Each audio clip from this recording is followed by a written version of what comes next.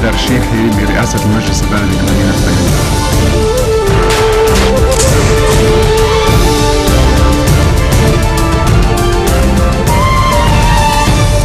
Nouvelle édition de la rédaction, merci d'être au rendez-vous à la une de l'actualité. Les électeurs de Beyrouth et de deux gouvernorats de la Bekaa aux urnes dans le cadre de la première étape des municipales. Le taux de participation apparaît comme le réel enjeu du scrutin. De nombreux responsables libanais ont salué la tenue des municipales. Le Premier ministre Tamam Salam a souhaité que le scrutin pave la voie aux urnes aux autres échéances électorales, notamment la présidentielle. Et au Canada, les températures élevées et les forts vents favorisent la progression du gigantesque incendie qui ravage la région de Fort McMurray. Près de 100 000 personnes ont été évacuées. Les électeurs de Beyrouth et de deux gouvernorats de la Bekaa sont appelés aux urnes ce dimanche dans le cadre de la première étape des municipales. Il s'agit là du premier scrutin depuis 6 ans dans un pays sans de président depuis 2 ans et sans nouveau parlement depuis 2009. Conséquence des divisions politiques exacerbées par le conflit en Syrie. À Beyrouth, la lutte pour la victoire semble se résumer à un affrontement entre la liste des Beyrouthins, parrainée par le courant du futur et cautionnée par les partis politiques traditionnels, et la liste Beyrouth Madinati, une liste non affiliée aux partis politiques et qui compte de nombreux activistes de la société civile. 2 autres listes, l'une présentée par l'avocat Imad Ouazan et l'autre incomplète présentée par l'ancien ministre Charbel Nahas, sont également en lice dans la capitale. À Beyrouth, où le taux de participation s'élevait à 14h à 13,12%. De nombreux responsables libanais ont salué la tenue des élections municipales. À sa sortie du bureau de vote, le Premier ministre Tamam Salam a souhaité que le scrutin pave la voie aux autres échéances électorales, notamment la présidentielle, et relance la vie démocratique au Liban. Et vous allez le voir sur ces images tournées à l'école Shakib Arslan, dans le quartier de Verdun, là où le chef du courant du futur, Saad Hariri, a voté ce matin. À sa sortie du bureau de vote, il a appelé tous les Beyrouthins à accomplir leur devoir électoral. Beyrouth va montrer son appartenance politique, a encore déclaré le chef du CDF, qui a dit espérer que le scrutin puisse paver la voie à la tenue des élections législatives et présidentielles. Saad Hariri a enfin redit son attachement au principe de la parité islamo-chrétienne au sein du conseil municipal de Beyrouth. Éliminer les partis politiques à Beyrouth, c'est éliminer une grande partie des composantes de la capitale. Déclaration de Jamal Itani, le chef de file de la liste des Beyrouthins, lors d'une tournée dans les bureaux de vote de la capitale ce matin. Il a dit espérer que le scrutin puisse démontrer aux Libanais qu'un consensus entre tous les partis politiques est possible. Ingénieur de formation, directeur général de Solidaire, Jamal Itani a défini l'amélioration des infrastructures publiques comme un premier axe de travail, mettant l'accent notamment sur la rénovation des trottoirs, l'amélioration des chaussées. Il a par ailleurs promis de mettre en œuvre un plan de rénovation des dispensaires et des hôpitaux et à la rénovation des établissements scolaires publics de la capitale. Un scrutin marqué cette année par une grande nouveauté, une liste formée de 24 candidats indépendants, Beyrouth Madinati, et qui défie la liste cautionnée par les partis politiques. Parmi ces candidats, la réalisatrice libanaise Nadine Labaki, qui parle d'un moment décisif pour réaliser un changement à Beyrouth. Sophie Guignon. Ils sont le nouveau visage de la politique libanaise, tous issus de la société civile, artistes, enseignants, architectes ou encore pêcheurs. Leur liste, Beyrouth Madinati, littéralement Beyrouth est ma ville, regroupe des chrétiens et des musulmans et mise sur la parité homme-femme. Pour Nadine Labaki, candidate et réalisatrice de renommée internationale, une petite révolution est en train de se jouer. Malheureusement, les dirigeants politiques, les acteurs traditionnels ont échoué à répondre aux besoins de la population et à gérer les villes. Donc je crois qu'il est temps que les gens normaux, ceux qui ne sont pas affiliés à un parti politique et qui sont complètement indépendants, commencent à travailler. Face à Beyrouth Madinati, 3 autres listes, dont une coalition hétéroclite rassemblant les principaux partis sunnites, chiites et chrétiens, pourtant rivaux sur l'échiquier politique. Né dans le sillage de la crise des déchets, Beyrouth Madinati veut être une alternative citoyenne. Ses priorités, se débarrasser des ordures qui encombrent Beyrouth, lutter contre la spéculation immobilière, mais surtout réconcilier les Libanais avec les élections. Lors des dernières municipales, 80% des votants s'étaient abstenus.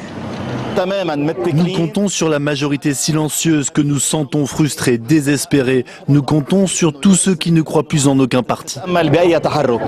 L'arme de Beyrout Madinati, les réseaux sociaux. Plus de 50 000 personnes aiment sa page Facebook. Si le vent souffle sur la politique libanaise, c'est un scrutin test pour les membres de la société civile, comme pour les appareils des partis. Et on vote également dans l'ABK, où le taux de participation oscille à 14h entre 25 et 33%. La tension était palpable à Zahle, où une vive altercation a éclaté sur fond d'accusations d'achat de voix. L'armée libanaise est intervenue pour calmer les échauffourées qui auraient fait plusieurs blessés légers. À Zahle, 3 listes s'affrontent ce dimanche. La liste de Myriam Skaf, épouse du leader défunt Elias Skaf, celle de Moussa Fatouche, frère du député de Zahle, Nicolas Fatouche, et la liste du président du conseil municipal sortant, Assad Zreb, soutenu par les forces libanaises. Ce sont les affrontements les plus sévères depuis l'été 2014 et les dernières guerres entre le Hamas et Israël aux tirs d'obus de mortier qui ont visé des soldats à la frontière. Israël a répondu ces derniers jours par des frappes aériennes dans la bande de Gaza. Au cœur du problème, les tunnels du Hamas. Nous ne cherchons pas l'escalade, mais rien nous empêchera de préserver la sécurité. Dixit le Premier ministre Benjamin Netanyahou qui s'exprimait ce matin à l'ouverture du Conseil des ministres. Sophie Guignon. 3 linceuls d'enfants portés par les miliciens de la brigade des Ezzine al-Qassam, la branche armée du Hamas. Ils avaient entre 4 et 6 ans, tous les 3 emportés dans l'incendie de leur maison dans le camp de réfugiés de Chati. Le feu a été provoqué par une bougie. Qu'est-ce que j'ai vu? J'ai vu la maison en flammes, mais je n'ai pas vu mes enfants. J'ai demandé mais où sont-ils? On m'a dit ils sont à l'hôpital. Je suis allé à l'hôpital, ils étaient morts. Un drame dû à la précarité que subissent les Gazaouis. Dans l'enclave palestinienne, les coupures d'eau et d'électricité peuvent durer jusqu'à 18 heures par jour. Pour les soutiens du Hamas, la première responsable de cet incendie est l'autorité palestinienne basée en Cisjordanie.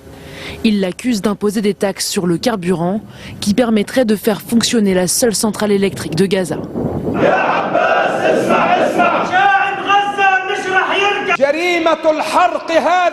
Cet incendie est un crime.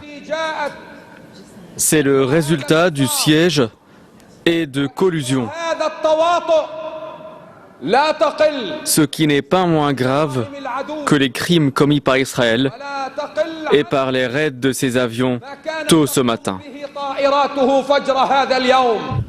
À l'aube ce samedi, des F-16 israéliens ont visé 2 sites du Hamas, 2 usines de matériaux de construction. Pour Israël, ces infrastructures pourraient servir à bâtir des tunnels permettant de contourner le blocus et d'acheminer des armes. D'après l'armée, ce raid était une réponse à un tir de roquette vers l'État hébreu. Allez, restez des nôtres, on se retrouve après cette très courte pause. À tout de suite.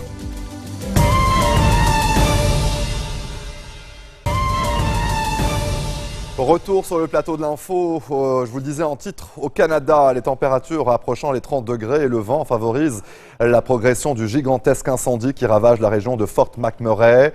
Des quartiers à l'ouest et au sud-ouest de cette ville pétrolière sont entièrement dévastés. Les autorités estiment que sans précipitations conséquentes, l'incendie pourrait encore durer des mois. Plus de 1100 pompiers combattent 45 feux différents à travers la province de l'Alberta, dont 6 sont totalement hors de contrôle. Près de 100 000 personnes ont été évacuées. La caméra de vidéosurveillance filme le brasier qui en quelques minutes ravage l'intérieur de cette maison. On entend le détecteur de fumée, puis la pièce est entièrement gagnée par les flammes et la fumée. Ses habitants, comme des milliers d'autres, ont fui à la hâte Fort McMurray. Scène d'exode. Files ininterrompus de véhicules sur des kilomètres. Séparés dans la précipitation du départ, certains habitants se retrouvent enfin. Peu importe le reste, ce qui compte c'est qu'on soit ensemble. L'immense panache de fumée ne cesse de voiler la clarté du ciel. Sur ces images tournées il y a 48 heures, c'est la nuit en plein jour. Vision apocalyptique. Cette vidéo a été tournée par un pompier qui patrouille dans un quartier résidentiel de Fort McMurray Aucune habitation n'a résisté. Cet habitant lui filme sa maison. On l'entend commenter. Regardez, c'est chez moi. C'est ma maison. Il ne reste plus rien. Les sinistrés trouvent refuge dans des gymnases comme celui-ci. Ils ont tout abandonné et ne savent s'ils pourront un jour rentrer chez eux. Selon les autorités, l'incendie continue de gagner du terrain et la menace est imprévisible. C'est un feu rapide et difficile à maîtriser. Tous les scénarios sont envisageables. Les prévisions pour les 2 jours à venir nous indiquent que le feu se déplace vers le nord-est. Des centaines de pompiers restent mobilisés pour contenir l'incendie incontrôlable. À ce jour, plus de 1500 km² ont déjà brûlé. Cela représente 15 fois la superficie de Paris. Les Polonais se sont mobilisés ce week-end pour prouver leur attachement à l'Europe. Environ 240 000 personnes ont défilé dans les rues de Varsovie. C'est l'une des plus importantes manifestations en Pologne depuis la chute du communisme. La manifestation organisée sous le mot d'ordre « Nous sommes et resterons en Europe » avait pour but aussi de dénoncer la politique des conservateurs au pouvoir en Pologne. Lucie Debiol nous en dit plus. Quand il est élu en octobre dernier, le président du parti Droit et Justice promet des réformes radicales. Il annonce vouloir réparer son pays. Que s'est-il passé ici en Pologne? Pourquoi plusieurs institutions qui marchaient très bien quand le pays était 2 fois plus pauvre ne sont plus capables de fonctionner?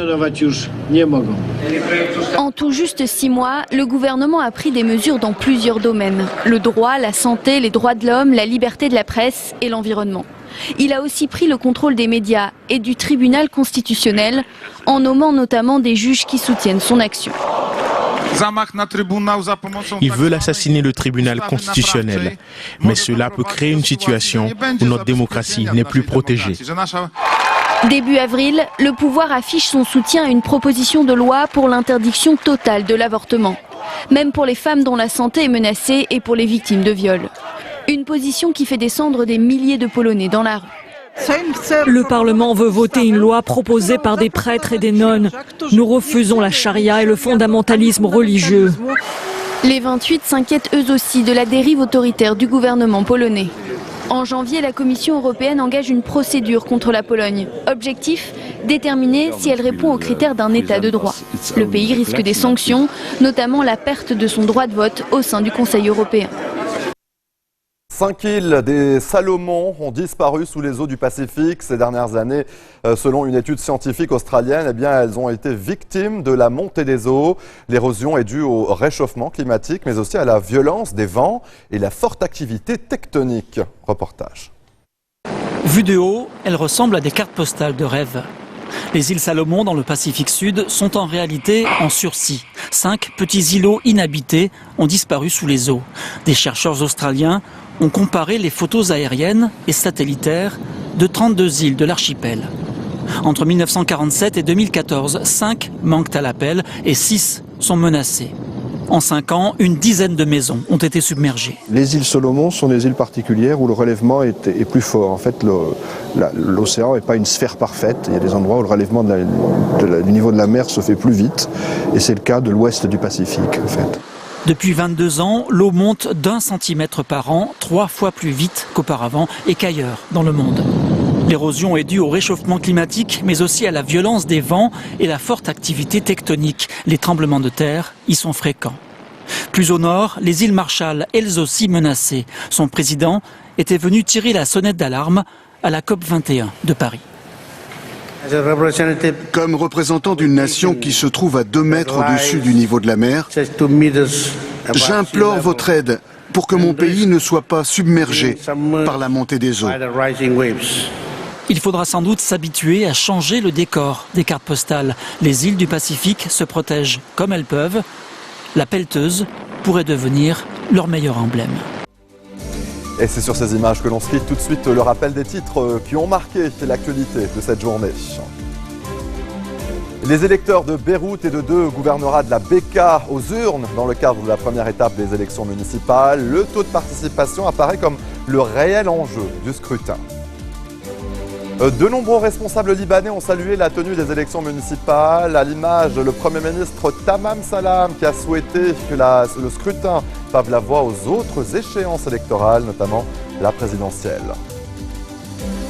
Au Canada, les températures élevées et les forts vents favorisent la progression du gigantesque incendie qui ravage la région de Fort McMurray. Près de 100 000 personnes ont été évacuées. Merci de votre attention. Restez des nôtres pour la suite de la couverture spéciale consacrée aux élections municipales. À très bientôt.